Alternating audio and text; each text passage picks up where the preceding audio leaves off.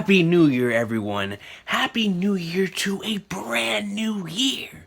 That will most likely bring us anywhere between 38 to 41 chapters of the best-selling manga in history, ladies and gentlemen. The one, the only, the man whose birthday is today, man. Happy birthday to the king, Ichiro Goda himself.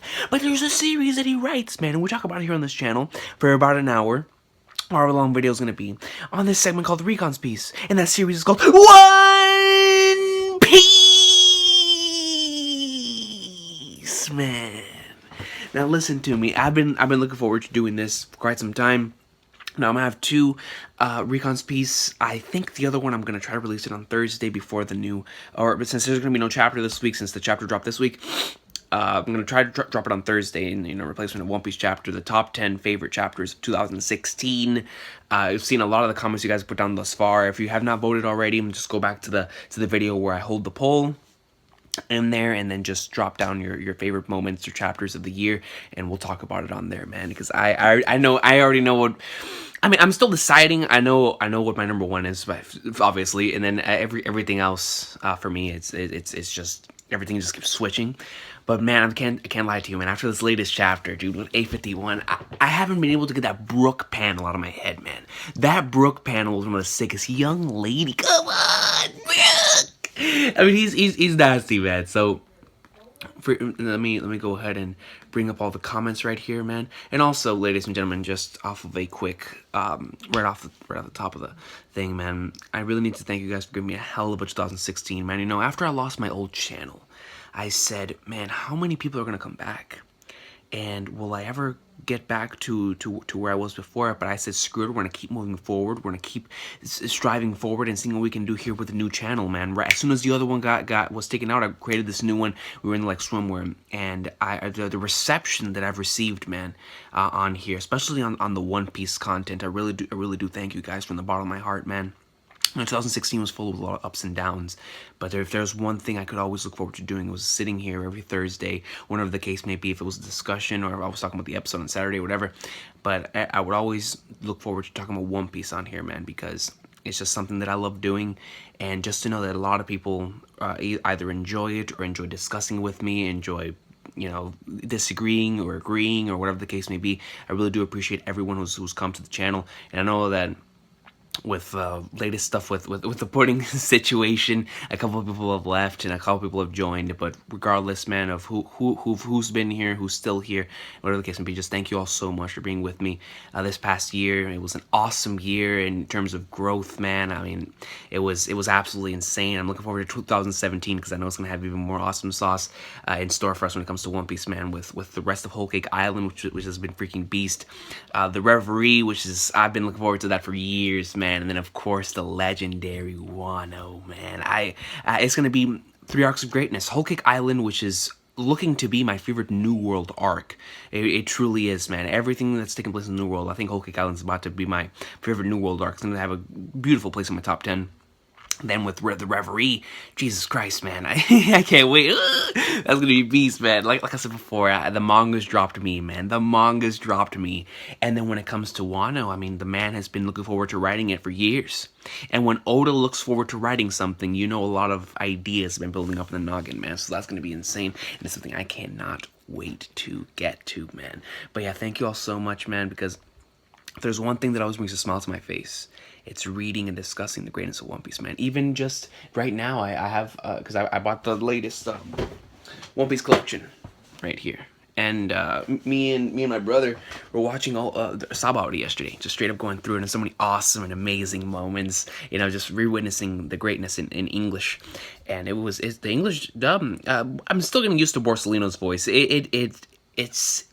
It's just, you just can't beat the right, you know, that's like Kizaru, man, but still the dub is doing a pretty damn good job. I love Kuma's voice in English. The Kuma's voice is spot on, beautiful in English, and Laws is pretty beast, I can't lie. Kids, I've already gotten used to it, it's nice, and Beppo's is funny, and, you know, regardless, the Sabaody DVD is pretty awesome sauce.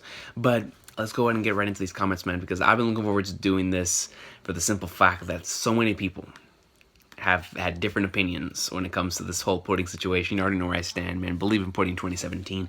But before I get into that, let's go ahead and talk about or I want to give the shout outs to everyone who commented first on all the videos, because I always love to do that. Jesus Amen Bro, he stated 2017 is going to be a good year for anime. He's not lying, man. My Hero Academia is coming back. The greatness of Goat Tama's final season, man. Goat Tama's final season. Come on, man. It's Goat Tama's final season. Whole Cake Island's going to be animated in 2017. Or this year, I should say. And, flipping. Oh, and happy birthday to Ace, too. I just thought about that. Ace, too, along with Oda. But regardless of that, Attack on Titan. I'm an anime only for that, and even though I've had my gripes of the series and whatnot, I'm still looking forward to seeing the progression and where the story goes. Hopefully we get Ben Torero, man, the 5th part of you and whatnot. So, you know, whatever comes in, I know, or at least I think there's a new Fate series coming out this year. I've only watched Fate Zero, so I'm not entirely sure how that's going to be, but people say that this one's a good one. And then Blue Exorcist Season 2, a couple other things. For me, even though the year is going to be amazing for anime, man, the gaming aspect of this is going to be insane. If you are a gamer in this year, we're going to have a hell of a year, man. From beginning of the year to the end. I mean, in January by itself, I'm getting flipping Kingdom Hearts 2.8 and Yakuza 0. I mean, we're in there like swimwear, man. And then it's going to keep growing and growing. I mean, I know Resident Evil comes out soon. Horizon Zero Dawn. Then after that, Nintendo Switch is going to be coming in. Me and my brother are copying that day one. Playing a new Super Mario. Hopefully we get a new Mario Kart. That's going to be a beast.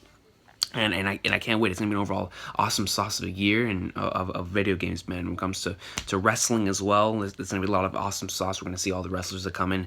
The WWE, Wrestle Kingdom is about to come up. New Japan is good. I mean, they're kicking ass right now. And SmackDown Live right now is the best ongoing show, and it's going in, dude. And I'm so hyped, man. But regardless of that, Jesus Amen, bro, man. Shout out to you. 2017 is indeed going to be a good year for anime, man. Let me go ahead and see the other one here. Alright, so right here we have the other one on the 850 live reaction. So we have Ahmad saying the Hellman pudding is pure evil. Listen, man, I disagree with you, but like I stated before, if you're right, I'll take the L. But the arc ain't over yet. So I still believe in pudding. But regardless of that, Ahmad, thank you very much for being the very first commenter on that video. And then Yujiro is GOAT as well. Hashtag Pudding the Savage 2017. Hey, look, man. Heel Pudding is a savage. I'll give it to you. Heel Pudding is a savage, man. Her words will bring anyone down to their knees. Let me see. And then I had the other one around here. Maybe it's in the other column for the first comment of this week, if I'm not mistaken, or was it last week? Oh, right here. Okay, so we have the first three I can't get over the young lady chapter. That's what I call it. I refer to it as I don't refer to it as the Heaven's Door chapter. I don't refer to it as the Sanji crying chapter. I don't even refer to the Jinbei returning chapter. I refer to it as the young lady chapter because my man Brooke looked at Big Mom, a Yonko, dead in the eye and called her young lady. Oh my god. That page with Brooke confronting Big Mom has to be one of my favorite pages of the year. That's a straw hat, man. That's how you know you're a straw hat. Brooke! That might be my favorite Brooke moment. But besides a flashback with Pink Sake and maybe a couple things like in Thriller Bark or whatnot, by far, yo, dude, that panel was sick. My boy, she's holding Zeus and Prometheus right of her going in. And my man Brooke stated youngly. Come on, man, Brooke. So Jesus and man bro saying, yo, King Recon. We have Halil Kurt saying Jinbei Haibu, wonder what Sanji's gonna do. And we're all wondering, man. We're all wondering. Like, my entire thing with the Sanji situation, let me go and turn off the television.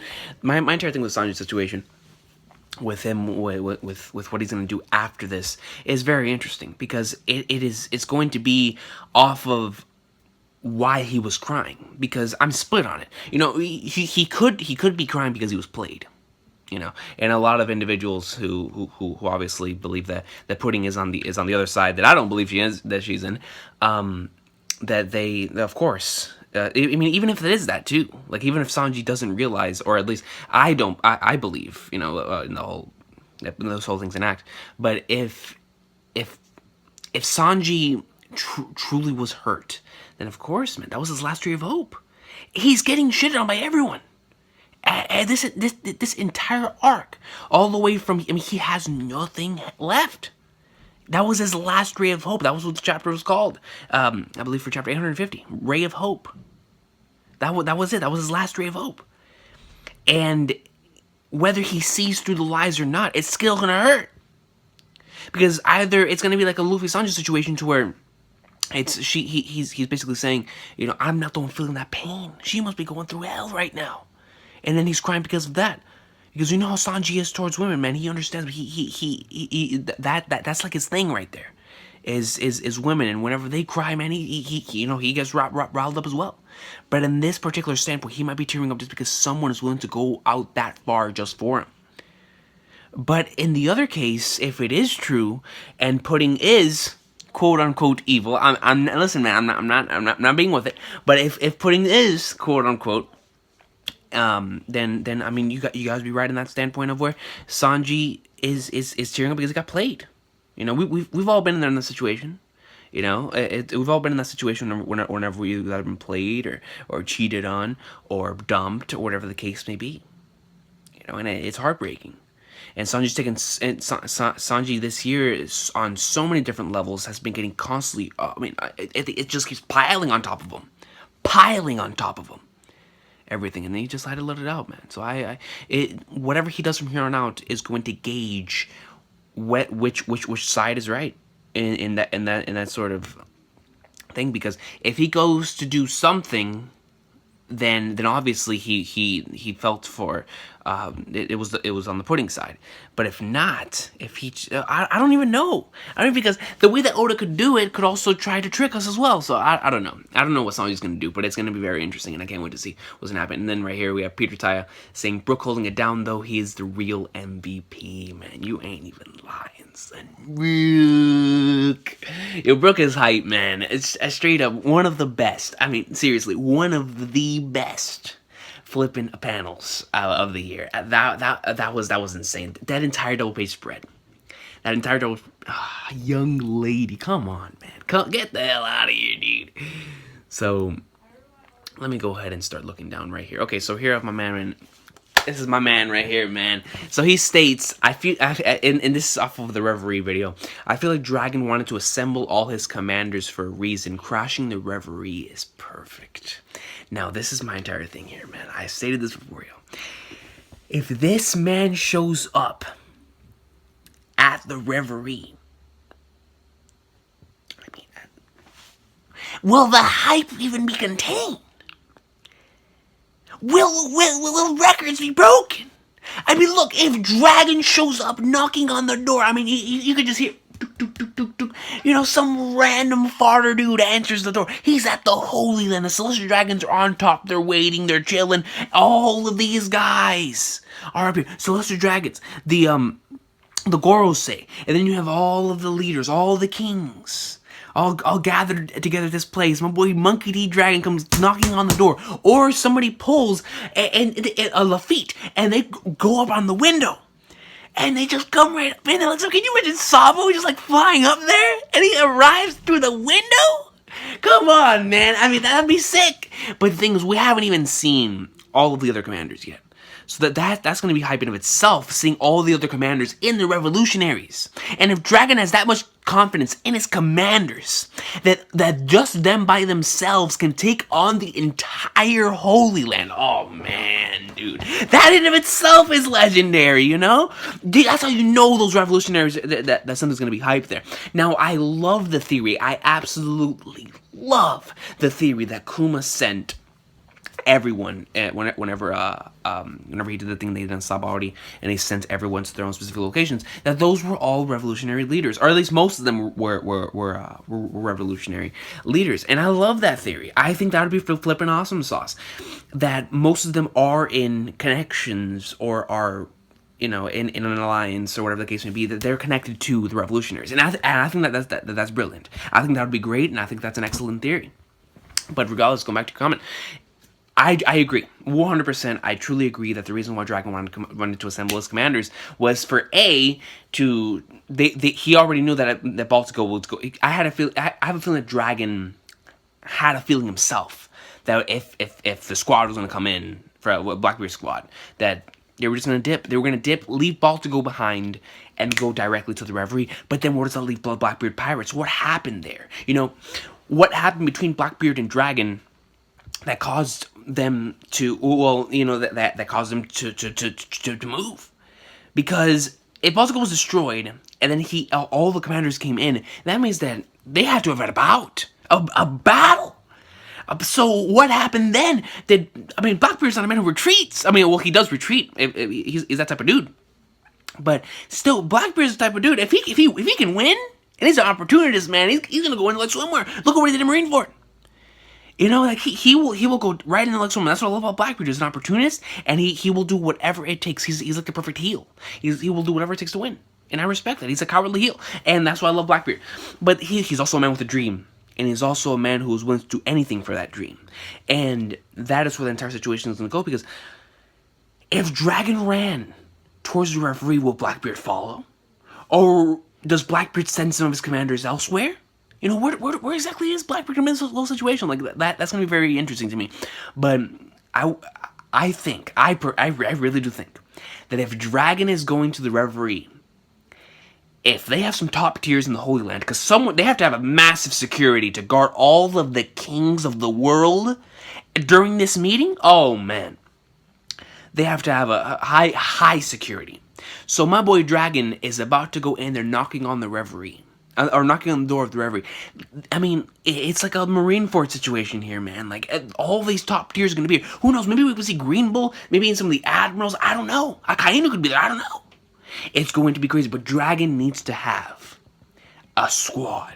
So I don't think he's going to be able to send some of his revolutionaries out like that, unless some of them are just out there already. But he stated himself that he's assembling all of them.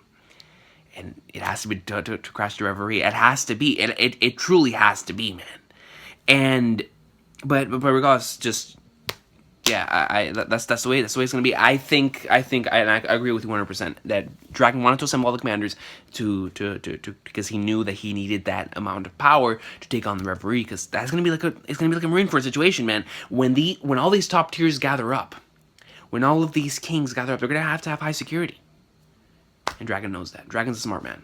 I found it. My man Silver Soul, yo. So Silver Soul states, and I quote, "Reverie will definitely have chapters of the year in 2017."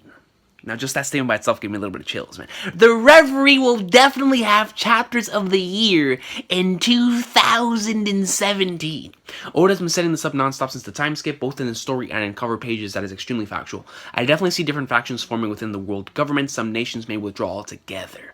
Oh my god. King Cobra. Now, the Cobra situation already by itself. You know they're not going to allow this man to live once he states what he's going to state at the Reverie. We know this. That's going to be interesting to itself. King Cobra is going to question the Void Sentry details, which will cause a stir in and of itself. Fujitora wants to put forward his plans to abolish the Shichibukai. That is still something that has yet to be seen too. That's going to be something that's going to be crazy. Because that whole battle between him and Akainu, that clash of ideologies, that was amazing. But just imagine on a bigger scale. If he actually manages to forward with his plans with abolishing Shichibukai, oh my god, the balance is going to be shifted immediately. Immediately. If the Shichibukai get abolished, oh man, yo, it's over, yo. Like it's from a balance standpoint, the government is that's scary just to think about. That's scary just to think about. Which is huge because it means the demise of one of the three great powers. He would likely receive backing from Dressrosa and Alabasta, who suffered because of the system, and maybe even Sakura and the Dark Drum Kingdoms, whose monarchs, Dalton and Wabo, were attacked by Blackbeard. That's a very, very good point. Who would later become a Shichibukai himself. That's insane! Because then that in turn would connect those two arcs together just like that. Which they were already connected anyways because of Vivi, but if Fujitora succeeds, the New World is instantly thrown into turmoil. It already... Look...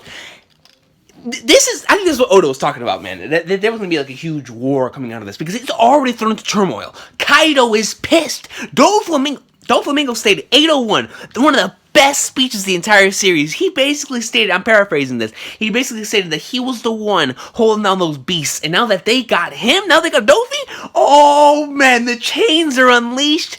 Now these beasts, there is no one that can contain them, there is no one that can control them.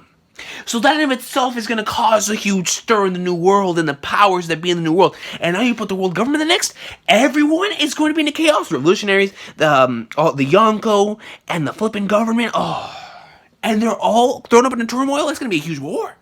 A massive war. I mean, guys, this is going to be this is going to be crazy. I'm telling you, this is going to be crazy, man. And the scary part about it is that if this isn't the final war, what the hell is it? If this isn't the final war, then what is it, yo? You know what I mean? I mean, look, I don't know. Everything's just coming together, and everything's gonna be turned into. I don't know, man. It's gonna be insane. It's gonna be insane. But regardless, let's continue. If Fujitora succeeds, then the new world is instantly thrown into turmoil as the world government becomes more vulnerable to Yonko's revolutionaries and other hostile parties. This doesn't even go into the likelihood of Kaido attempting to kidnap Shirahoshi. Because of Caribou. Holy shit. I did not even think about this. Doesn't even go into the likelihood of Kaido attempting to kidnap Shirahoshi. Why? Yo! That's very intriguing. Because now, man, the events of Fishman Island will make sense. Luffy takes the flag, then it becomes his territory after this arc. He stated Fishman Island is going to be his territory. After he takes out Big Mom. So if they manage to actually take out Big Mom, and the Fishman Island becomes his territory, then that means Kaido, the first person to invade one of Monkey D. Luffy's territory, is going to be Kaido to take Shirahoshi, and that was led because Caribou was in Fishman Island? Oda, man. Oda. As it all has been confirmed that Caribou told him about her being the secret weapon Neptune. You are factual. Absolutely factual. Finally, we can pretty much expect guest appearances from third parties. Blackbeard has sent crew members to Marijo before. That's factual. That's what I'm saying. Who else will show up there, man? Because Blackbeard, he's going to send some boys behind him.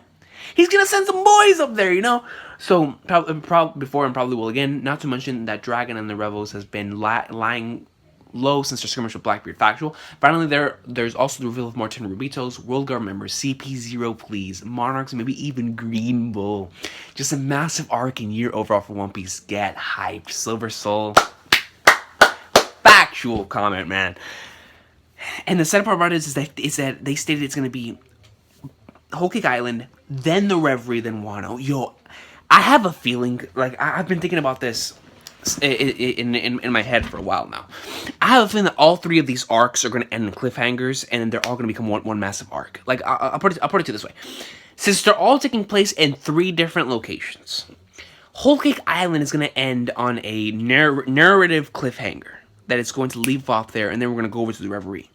And then the Reverie is going to start off with that narrative, and then it's going to end with a narrative cliffhanger, whereas in, by narrative, I mean the narrator speaking about, you know, that these events would lead on to something bigger, or whatever the case may be. I think that Whole Cake Island's going to end that way. However it ends, I think it's going to end that way. The Reverie is going to end that way, because I don't think that Oda's going to do all 3 of these things until all 3 of them have been told. All 3 stories have been told. So Whole Cake Island will be first. Narrator ends it in a cliffhanger. Reverie, narrator ends it in a cliffhanger. Wano, narrator ends it in a cliffhanger. Then all 3 in 2018, 2018, I dare say. 2018. All 3, the aftermath of all 3 arcs will lead to that massive war that Kaido was talking about. And that will lead to that war at the end. Because with what's going to happen in the Holy Land, there's going to be a massive...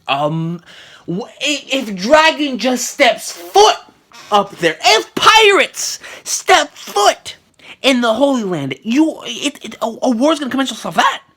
Just off of that. I mean, they're going to be sending admirals. They're going to be sending their highest tiers out there. I mean, they're going to say, it's go time. That's going to be hype. That's going to be insane. All right. And the scary part about it is that Rafto, it's going to be crazy. All right. It's going to be crazy. But just know that I think that's a strong possibility that all 3 of them are going to end on cliffhangers, and the aftermaths, when they all connect, it's going to be a massive arc, and that'll be the end of the 4 Emperor saga. But the thing is Dude, I mean, this arc's gonna be crazy. What the fuck? I don't know. It's gonna be insane. You never know who could show up at any point in all three of these arcs. Whole Cake Island, you have the Tea Party. And in the Tea Party, you have no idea who the heck Big Mom is going to invite to that Tea Party. Then you have in the Reverie, you have no flipping idea who's going to show up at the Holy Land. And then in Wano, a place which the government does not set foot in. Yet it has all these secrets of the world, the Kozuki clan, and all of the poneglyphs. All of these top tiers in Wano, we know they are. Kaido is there, he's chilling. But then we have Weeble coming in. And we have Marco coming in. I mean, I don't know. All three of these arcs are going to be insane just off of that. And in the aftermath, when all of them come together. Get out of here. Goat Piece, man. Goat flipping Piece. Alright, so I want to read these two from True Gaming King, because one of them I found absolutely hilarious, and the other one got me really, really emotional. So the first one from True Gaming King, he said, Pudding's mind mentally shattered when she meant Maddie Monkey. His meat was too huge. Rouge. That's when she has a split personality. You know, actually, yesterday I was laughing so hard because I was watching the Rouge portion whenever he was going in on Sabahari, you know, and my brother was wondering why I was laughing so hard, and if only he knew about the memes, about the Rouge memes, man. Those things are hilarious, man. But that comment really gave me laughing. And this one right here really made me sad, man. So True Gaming King states, and I can't believe I missed this the first time. When I read this comment, I got emotional as hell, man. I can't even lie to you. Also, if you look at the bento that Sanji was making, it includes the favorite foods of all the Straw Hats.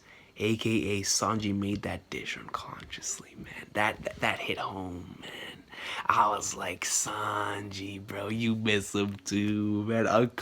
Like, yeah, dog. When I read that statement, I mean, had I seen it, like, whenever I was initially doing the reaction, I might have teared up. I mean, that's big, like that hits home, man. Also, look at the bento that Sanji was making. It includes the favorite foods of all the Straw Hats, man. That hits home, man. That hits home, son. So I'm gonna go ahead and from here on, it's gonna be a whole mixture of a whole bunch of different things. So let me go start off. But I do want to save one comment for last, and for anyone, well, I don't know if I'm gonna save it for last, but I'm gonna go ahead and bring up some of the comments, and then I'm gonna bring up this one final one. Well, two final ones that I read that, for me, blew my mind, because it was something that I could definitely see Oda doing, yet it was right in front of my face and I couldn't see it. It was one of those things. So let me go ahead and start off with this one. Is it? Oh, let me just read this real quick. From Nile608. Oh, man. And now, out of all the denial posts, because I saw a bunch of stuff, man. I'm talking about from people unsubbing, from people saying that I'm a goon and an ass and a jackass and a piece of garbage. And but this one right here was the funniest. All right. Denial, submit now the action of denying something. I can't lie. Nile608, you win. You win for comment. You win for the best denial comment, man. Because I saw hashtag denial Recon 2017, all the but this man actually put the definition, man. That caught me off guard. That was absolutely hilarious. Oh, man. Alright, so here we go. Wrath is my Sin Jones. Recon, you my dude, but you gotta quit simping over Pudding. Remember when she had told Luffy and Nami and the rest of the crew to go through in the Seduction Woods, but they end up running into Madame Brule and Cracker. Obviously, that was a setup from Jump. Also, Reiju probably got injured because Pudding found out that she knew her true intentions. Plus, even if Pudding would not be evil, I wouldn't see any point of her marrying Sanji at the end, because at the end of the day, she barely knows Sanji. Sanji will never leave the crew, especially after what Luffy says about never giving another meal unless it was from Sanji.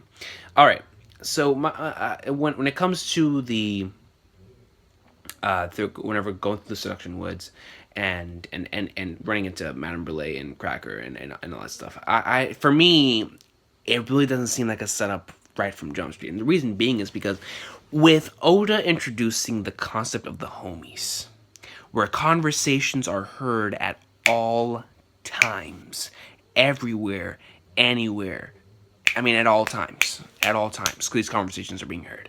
So, or anything that anyone states on this island, Big Mom knows before even the other person is hearing it. So, my entire thing is that it couldn't. even even if they would have never met Pudding, the homies would have seen the Straw Hats anyway, and they would have run into Brule and Cracker. That's truly why I believe that Oda put that homies thing in the beginning of the arc, because it just makes a lot of sense. The homies are everywhere on this damn island, everywhere. And they hear everything. I mean, literally, the walls have eyes, the walls have ears. Those sayings are real in Whole Cake Island, because Big Mom knows and sees everything at all times.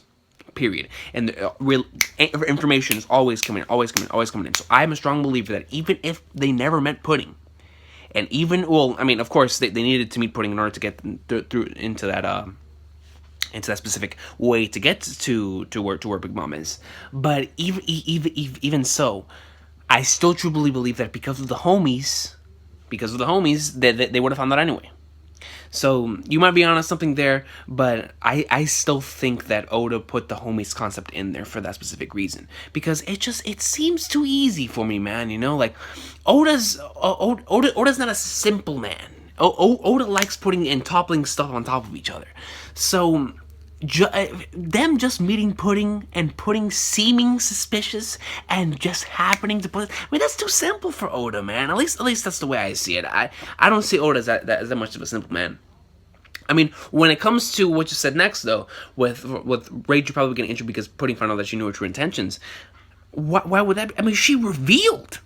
She poured it out. I mean, she pulled out the eye, man. She was in there. So I don't think that she would need to attack Reiju because she learned of her true intentions. She was relaying the information like that, and then proceeded to edit it, which I will get to later about the whole fruit, about the memory fruit, because that's gonna be an entirely different conversation. But yeah, because there would be no reason to injure Reiju if she could just do that anyway. If she could just override her memories anyway, then what would be the point of injuring Reiju? You know what I mean?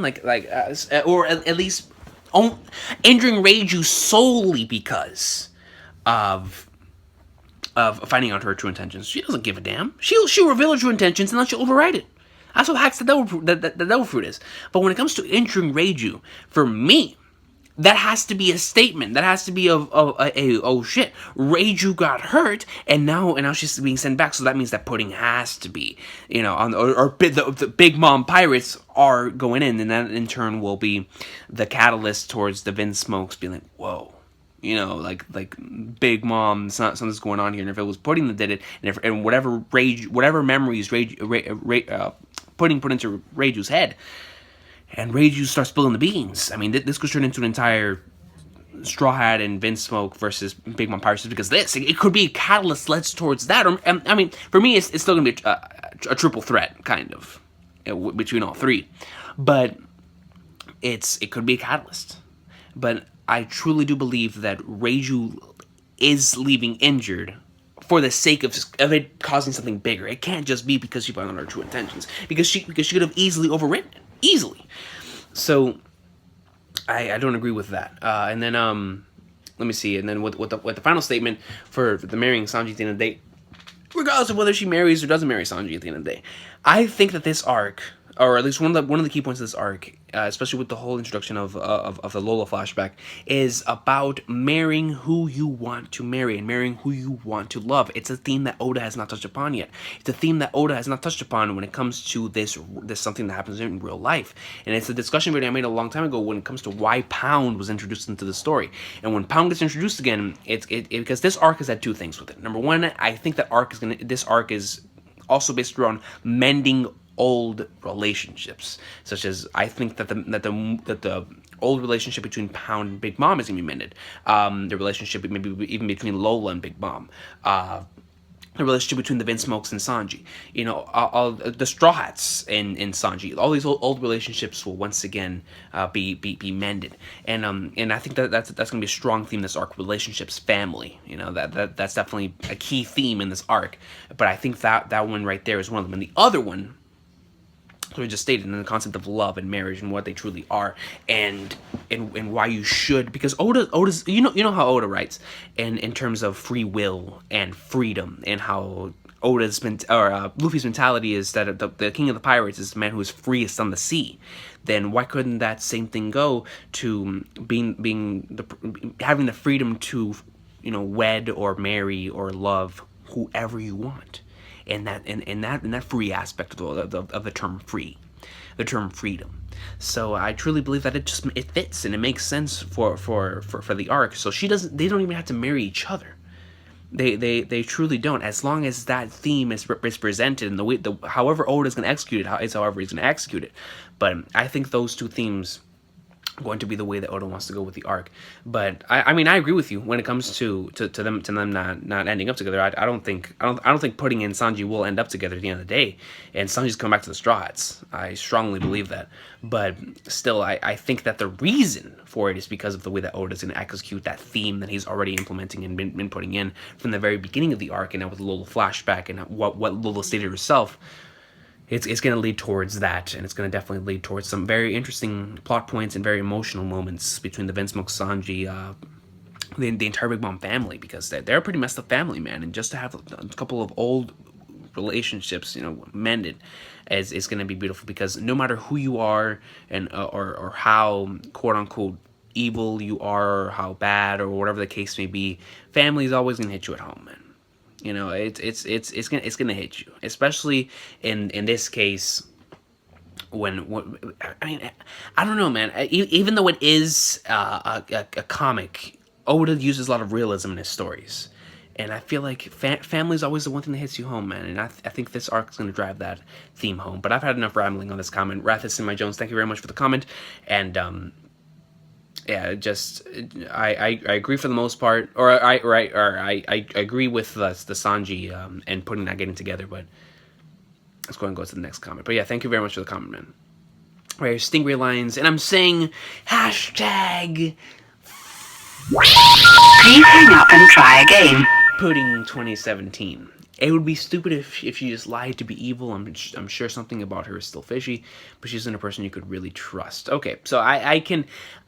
Whenever it comes to this comment, I can definitely see what you're saying here, especially with it would be stupid if she just lied to be evil. I mean, there's obviously some other intentions here, and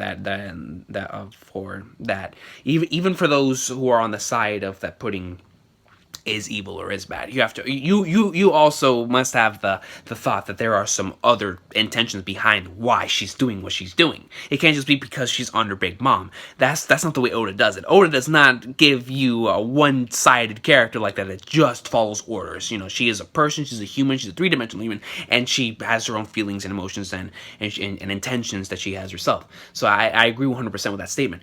And then I'm sure something about her is still fishy. I mean, and Pudding's been like that since the beginning. But that just leads to her being a more interesting character. She said it before, she's an actor. She is an actress.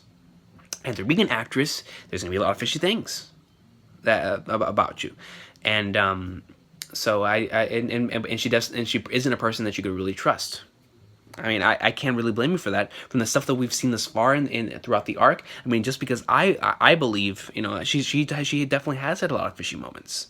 But I truly believe that all of these fishy moments and all this stuff is going to lead towards the greater good in the end.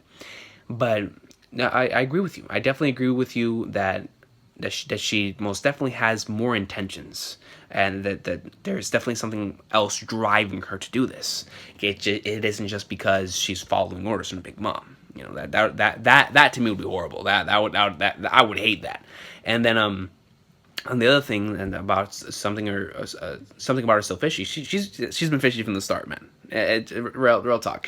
From the very beginning, all of us have either been on one side or the other side. So that in turn is just showing you just how Oda's writing the character and putting herself. So, but it's intentional. It's intentional. Oda's doing that to make you question and for you to be doing exactly what I'm doing right now, and either defending or attacking the individual. So. Thank you very much for that comment, Mr. Stingray Lions. I most definitely agree with that. That it would be stupid if she would just lie to be evil. That's not the way Oda writes. That's not the way Oda writes, and I most definitely agree with that statement.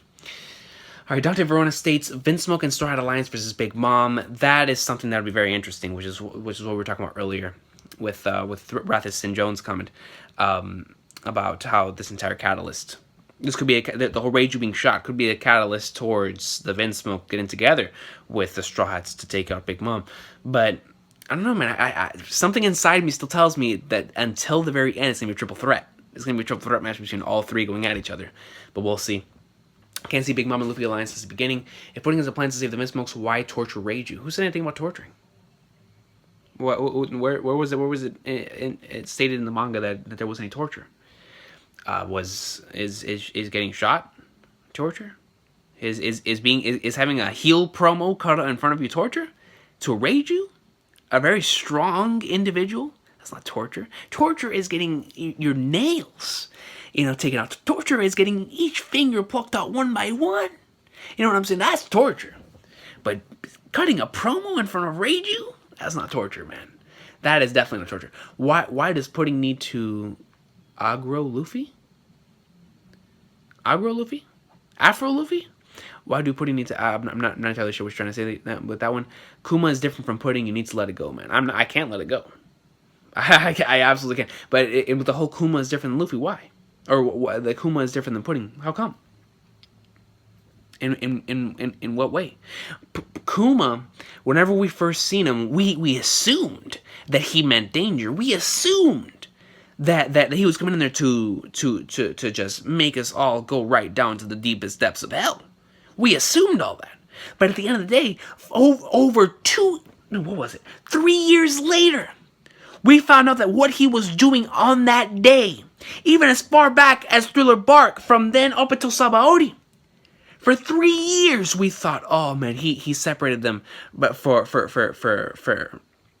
with bad intentions.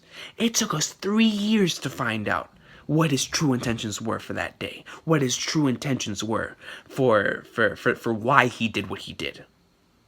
We can't really say that Pudding is different because we haven't finished the arc.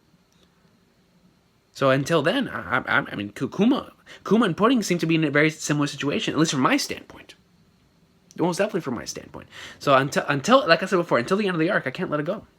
I can't let it go. There's not enough evidence. There's not enough evidence on the table to prove to me that they're different. There really isn't. So, but when it comes to the Vinsmoke and Straw Hat Alliance versus Big Mom, I can most definitely see that, especially with the catalyst being taken part and whatnot. And then with the whole Big Mom and Luffy alliance, it's something I would not. How do I put it? In the future, I mean, with just the way that Luffy is, I can see him having like everyone under him. Like even other Yonkos under him. That's just the type of guy Luffy is. But for the sake of what I would like to see, I can agree with that. With the Big Mom and Luffy alliance not happening. But like I said before, with Luffy's character and the way he is, I wouldn't put it past him. Luffy. I mean, everyone wants to follow Luffy after being with him for a while. That's just the kind of guy he is. He just has that aura around him. So I don't know. It's definitely going to be interesting. But when it comes to the torture situation and the Kuma being different than Pudding, I disagree with both those statements. But thank you very much for the comment, Mr. Dante Varona. Let me see. Okay, so Spandom Channel, man. Now, first of all, your profile picture is hilarious.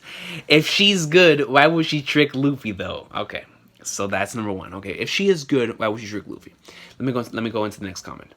Okay, Michael Garza, my boy. Recon, I love you, but I feel like Pudding has to be evil for Sanji. Sanji needs to believe in his Nakama. Yo. See, this. I put this comment in there because I found it to be very, very interesting. So this person states, I feel like Pudding has to be evil for Sanji. Has to be evil for Sanji. Now, I could take this one in two different ways. Number one, from a storytelling standpoint, Pudding has to be evil in order for Sanji to grow. He needs to be disappointed. He needs to be played. He needs to be, in order to learn that, in order to grow past this phase that he's currently in. And I can see that. I can most definitely see that from a storytelling standpoint. From another standpoint, Pudding has to be evil for Sanji. In the standpoint of she has to be quote unquote evil in an acting sort of standpoint for Sanji in order to end up saving all of their asses in the first place, or at the end of the day. I can also see that as well. So I found this to be a very, very interesting statement, but I love your final statement. Sanji needs to believe in his Nakama at the end of the day. That's a highly factual statement. He needs to believe in the Straw Hats. Without a shadow of a doubt. Without a shadow of a doubt. But I found that comment to be very, very interesting, just because of the way that I could look at that. Because I know the way that you meant it, and the other way of which having to be evil for Sanji from a storytelling standpoint. That that at the end of the day, this is going to lead towards a bigger character growth or a character developing moment or an arc for Sanji. Because of that. And I can definitely see that. It's something I can definitely see Oda doing.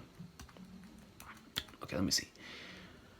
Okay, so right here, going back to the spandom thing. Do not. I'm gonna let this comment roam around for a bit because, like I said, I want to save all of these comments for one final thing at the end. So if she's good, why would she trick Luffy? Have that in mind. Keep that in mind, man. All right, Emmanuel states, "Hey Recon, I love your One Piece videos. Thank you so much. I really do appreciate it. You really know how to hype things up for One Piece. Now, I posted this somewhere before, but I want to hear your opinion about based on the whole pudding concept. When I first saw Pudding in the first chapter, she interacted with Straws at Chocolate Town. I fell in love with this character. I understand. I felt the same way. I had Naruto and Hinata vibes instantly because I knew this girl was going to be paired with Sanji. She was so sweet like Hinata, plus with her sweets and cooking skills and had an eye ability, she could resemble Hinata even more." Oh man, that resemblance to Hinata, and I never even thought about that. Not at all. That's very interesting. Very, very nice perspective. But anyways, like I was saying, I fell in love with the character instantly, and soon, like many other Pudding fans, I wanted Pudding to become the Straw Hat sous chef. The Straw Hat sous chef? You want her to become a Nakama? Because every chef needs a helper, but as I kept believing this more and more, I started wondering and asked myself, what are the clues in which Oda could make this so? So I decided to research the female Nakama of the Straw Hats, Nami as well as Robin, and they were both similar in a lot, and I mean a lot of things. And I came to study Pudding, and she matched several of those comparisons as well. Except just one. And I thought to myself, if Pudding was to ever join the Straw Hats as a female Nakama, then she at one point is going to have an instance where she would have to betray the Straw Hats or come off as a villain. Why? Think about it. Holy shit, you're blowing my mind here. Nami sided with one of the strongest of East Blue Arlong. That's factual. Nami sided with Robin, and I always compare Pudding to Robin. I really do. But not in a Nakama standpoint. I never really thought about it in this standpoint. Not at all. Robin sided with one of the strongest of the Grand Line Crocodile. Now Pudding sided with one of the strongest of the New World Big Mom. Holy flagnards, yo, chill. So when I read this new chapter, you can imagine my excitement one step closer to Nakama Pudding. She's a good person. Why else would Oda show her elbow herself 2 chapters ago, contemplating Lola and her dream to marry freely? Now that I agree with. That entire portion of the arc is what I've been saying from the last chapter live reaction. I stated no, Oda doesn't put anything in there for no reason. That Lola flashback has to have something with the overall character of Pudding. It has to be. That is going to be the catalyst. And how that chapter ended with a goodbye. Oh man, and it led towards. That flashback led towards was a cause and effect. Her having that flashback, it caused her to do what she did, to do what she is currently doing. So let's see. But she was all alone with no one to fool when Oda showed her contemplating that, meaning she too has an internal struggle. Listen, Emmanuel, man, amazing comment. Number one, holy flagnards. When it comes to being a straw, I didn't even think of this. But when it comes to the Robin situation, I compared them to Robin right off the bat. About Robin did the same thing. We thought Robin killed Iceberg or shot Iceberg. And come on, with the whole betrayal concept, you're absolutely factual. Well, now with Pudding actually joining the Straw Hats, I'm not sure. I'm not entirely sure if that's going to be the case. But hell, if you're right. Shout out to you, man. You brought up a hell of an argument that, this is a fantastic comment. A fantastic comment. But yeah, I love that final line, meaning that she too has an internal struggle. Very factual statement, my man. Very, very factual statement. Now, this comment right here is extremely interesting. It's by Elfin Lied Lucy. And then this individual states, "Buy it, it is the new world, and it's filled with savage people and characters." That's quite a statement right there. Like, it actually took me back and made me think. Because you're absolutely right. It is the new world, and it's filled with savage people and characters. I mean, when it comes to having that look on the Pudding situation, honestly, that I can see why you would think that that Pudding is a savage. That Pudding's evil. And that statement alone, how much New World has been hyped up and whatnot, right? The New World it's filled with savage people and characters. That statement by itself truly gives me an entirely different perspective on why people believe that Pudding is evil, because it's true. It's true. The New World is supposed to be filled with all these savages, with all these extremely savage people and characters that are going to get what they want. So in that standpoint, Elephant Light Lucy, I give it to you. I most definitely give it to you. That is a very, very good point. It is the New World, and it's most definitely going to be filled with savage people and characters. So if the Pudding situation ends up being what you guys think it is, hell, you're right. The New World is going to be filled with a lot of savage characters and people and characters. So just that one statement alone truly gave me an entirely different perspective on your guys' entire argument. So thank you very much for that, Elephant Live Lucy. Like, seriously, even though it is something that has been stated before, just you reinstating it like this, it really hits home. It truly does. This right here we have Reagan Redanger, man, and this is my boy right here, man. Recon, one of the only YouTubers who still believes in Pudding, man. I'm telling you, man, believe in Pudding 2017, man. That's the way it is. My problem is, why would Oda literally show Pudding remembering Lil and her decision if it had zero impact on the actual story? I really agree 100%. Plus, why couldn't we hear Pudding add "you filthy rats"? And why couldn't we see her third eye in that scene, chapter 8448? I'm gonna talk about that in a sec. As well, why would she be crying and putting up an act when saying goodbye when the jig is already up? They already know she's evil. Who's she fooling the readers? Oda's trying to break the fourth wall by doing this shit. Now, when it comes back to showing that third eye in that scene, all right. So remember, if you guys remember, let's go back to that comment. Spandom channel. If she's good, why would she trick Luffy? And then this one, why didn't we see the third eye in that scene? So I've been holding it out long enough, man. Okay, so let's go ahead and go right down here to, let's see, right here. Okay, so Marsilio states, #believe in Pudding 2017. Now let's recap. Pudding talks to Sanji and realizes he's in a similar situation as she is. Prisoner to his family, forced wedding. Factual. Maid tells her about Nami having Lola's Viver card. Balcony scene where she remembers Big Mom, disgusted, and Lola fondly. She goes straight to Luffy and Nami's cell. In my opinion, she went to see for herself using her OP ability what kind of people Straw Hats are. She saw their memories on how they saved Lola's life and decided to help them. She overwrote what happened there with all the evil BS and left crying. Let me read that again. She overwrote what happened there because, what Reagan says is a good point. We did not see anything even near that in 848. So for her to use her ability, which was introduced one chapter later, and her to use her ability there and rewrite the memories right then and there, and that's how they remembered it. Because remember, whenever we saw Luffy again and how he remembered it, it was him remembering it, not how it happened there and then. So that's how he supposedly remembered it. So in that case, dude, this comment blows my mind. The Believe in Pudding 2017 time period is real. So when it comes to the whole Luffy situation, to me that makes perfect sense. To me that makes absolute sense. Look at this. Using her OP ability, what kind of people strides are, she saw their memories and decided to help them. She overwrote what happened there. She overwrote what happened there. And it makes sense because that's how Straws remembered it. It makes sense. So then you might ask, okay, so then what about the Reiju situation? So let's go into the Reiju situation.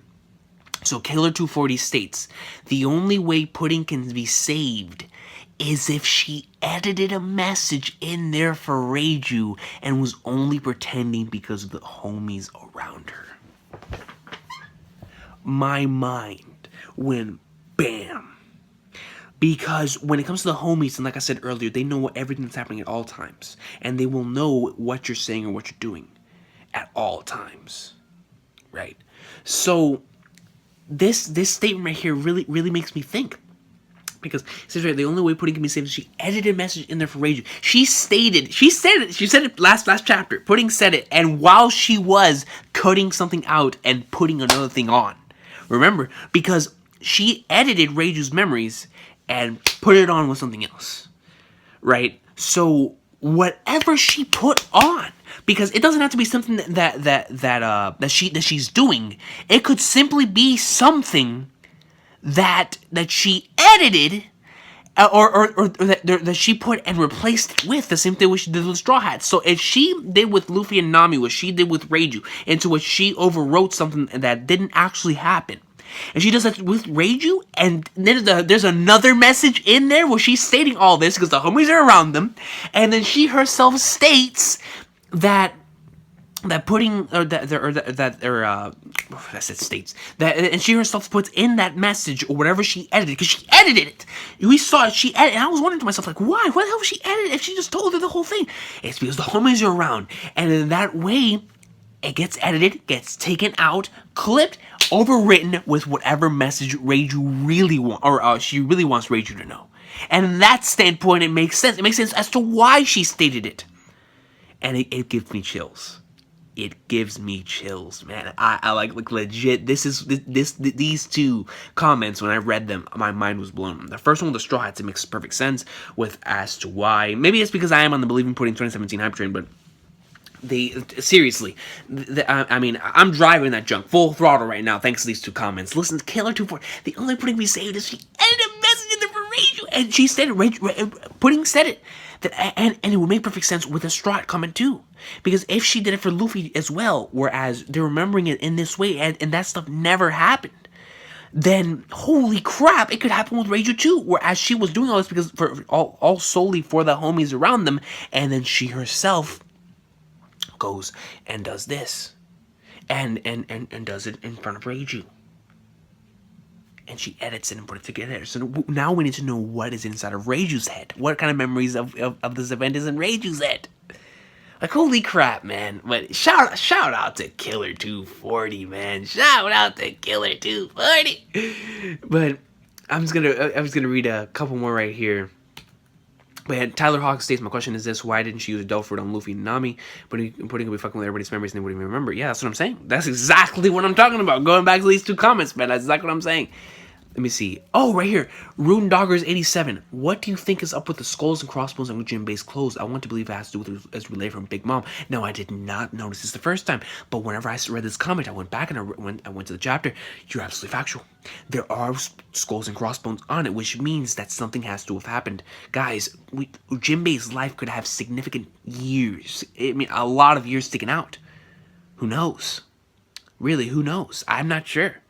But we saw actually I think 4, because we saw like half of them on the bottom side of the top panel. So around 4 skulls and crossbones. 40 years? 35, since only half that we saw? I don't know. I'm not totally sure, but Rune Doggers brings up a great point with the skulls and crossbones being on Jinbei's clothes. Very, very interesting comment. Extremely interesting comment, because it just makes me think what was taken away, what was taken off. If you go to mangas, you can go to that final panel. You see that he has both of his arms. We see on the bottom panel he has his right leg, but we don't see the left leg.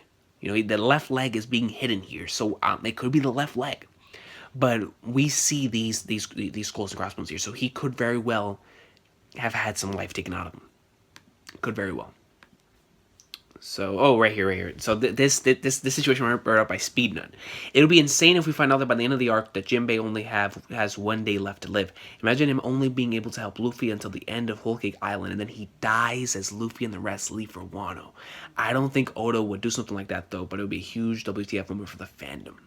Now, with the arc ending on a cliffhanger moment, now, I wasn't talking about something like this, but can you imagine that Jinbei states that he only has this amount of time left to live, like this very, very short amount of time left to live, and he states that like right next to the end of the arc, either that or that he has to stay on Whole Cake Island, and he did that for the Straw Hats. You know how beast of a moment to be for Jinbei, that he has to stay on Whole Cake Island, or like that was the whole part of the deal that they had, because I think he stays on Whole Cake Island, or he legit is gonna die soon. I don't know. I have no idea. But what I do know is that would be crazy. Maybe not 1 day. I think 1 day would be crazy. But I think a situation like that's possible. I think a situation like that is very, very possible to get to the end of the arc, because Jinbei did say we will talk about it later. When a character says we'll talk about it later, that means something about crazy is about to be said. I mean, remember whenever Rayleigh wanted to talk to Luffy, and then we found out all this stuff there, you know. He said, "Oh, we'll talk about it later." So when a character says we'll talk about it later, it's usually going to be something crazy. So let's go ahead and see what's going to happen there. But that's a very, very interesting comment right there, man. Absolutely very interesting comment. So right here, going right here to Dara states, "Lol, how does Recon still believe in pudding?" And then the other one that you put was, but pudding replacing Reiju's memory and mocking Sanji to that extent is enough evidence. No, because this is my whole thing. We'll go back to the Reiju memory thing. We already talked about that. Shout out to that comment of how it could very well be overwritten in that very moment. It could very well be. But when it comes to the mocking Sanji part is, now, you guys know me, I'm a huge wrestling fan. Now, heels, in order to gauge something from the audience, in order to gauge an emotion, they will do whatever it is in the most heel-like tactics to gauge an emotion of boos from the audience. And she said herself that she's an actress, and it's pretty much the same thing. So if she acts in a certain manner, now you made to say to who? Now to who is she acting for? The homies. The homies. As the homies and the flipping the Sanji, her knowing that Sanji was there, that is, I mean, it's a possibility, but it's very unlikely. So the only thing I can say is the homies. She's acting for the homies, or like I said before, for the homies and Reiju, and then she overwrote the memories, because you have to sell. You have to sell. What she's trying to sell here, which is the fact that she has turned on them, and you have to do it to the best of your ability. So to me, that's just the way I see it. Mr. Venom 626, Brook is the MVP. He is facing against Big Mom, the first right to face an Emperor factual. This fight may awaken his devil fruit. That is an interesting. That's hype. That's hype. I mean, there's already enough hype Brook moments, man. There's already enough hype freaking Brook moments, you know. Like, dude, I can't wait to see this. More of the stuff that's gonna go down with Brook. It's gonna be absolutely awesome sauce, and I cannot wait to see where this go. But he is legit in front of a big pissed off Big Mom with Prometheus and Zeus, and he's man. But you guys have been awesome today. This is it for today's episode of Recon's Piece, episode 2. Please let me know your comments down below in any of these comments specifically. I want to hear your rebuttals. I want to hear anyone's rebuttal. Because it wasn't from my mouth. It wasn't, I mean, it was from my mouth. But listen, I would love to hear a rebuttal to Killer 240's statement and to Marcelio statement on the Believe in Pudding 2015 thing. Because those two, for anyone who does not believe, you know, and you don't have to. I don't give a shit.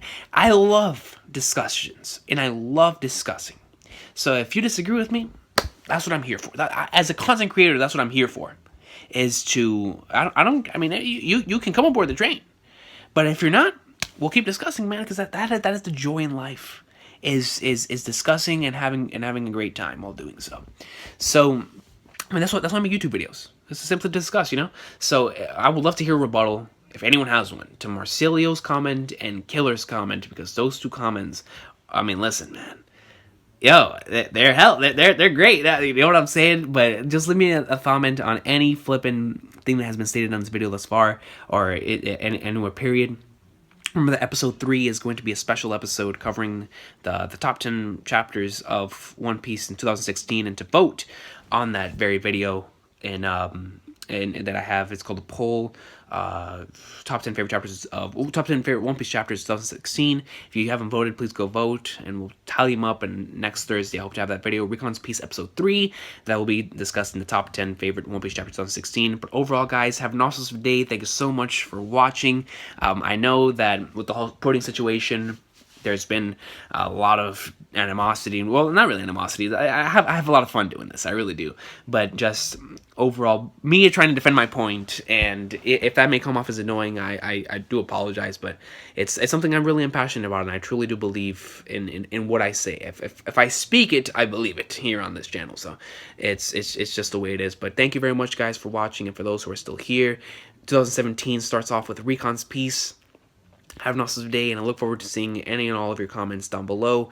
Please leave behind discussions or any comments for the next video. Well, not next video, because next video is going to be only for the top 10 chapters, but for Recon Piece episode 4, we're going to be talking, I'm pretty sure, more about comments and theories. It might be a shorter video since there's not going to be a chapter for about 2 weeks, but I'll try to keep the One Piece content up for sure, and then, you know, just have an awesome day, guys. Have a great 2017, and let's hope for more One Piece greatness here in 2017. Remember, believe in pudding, 2017.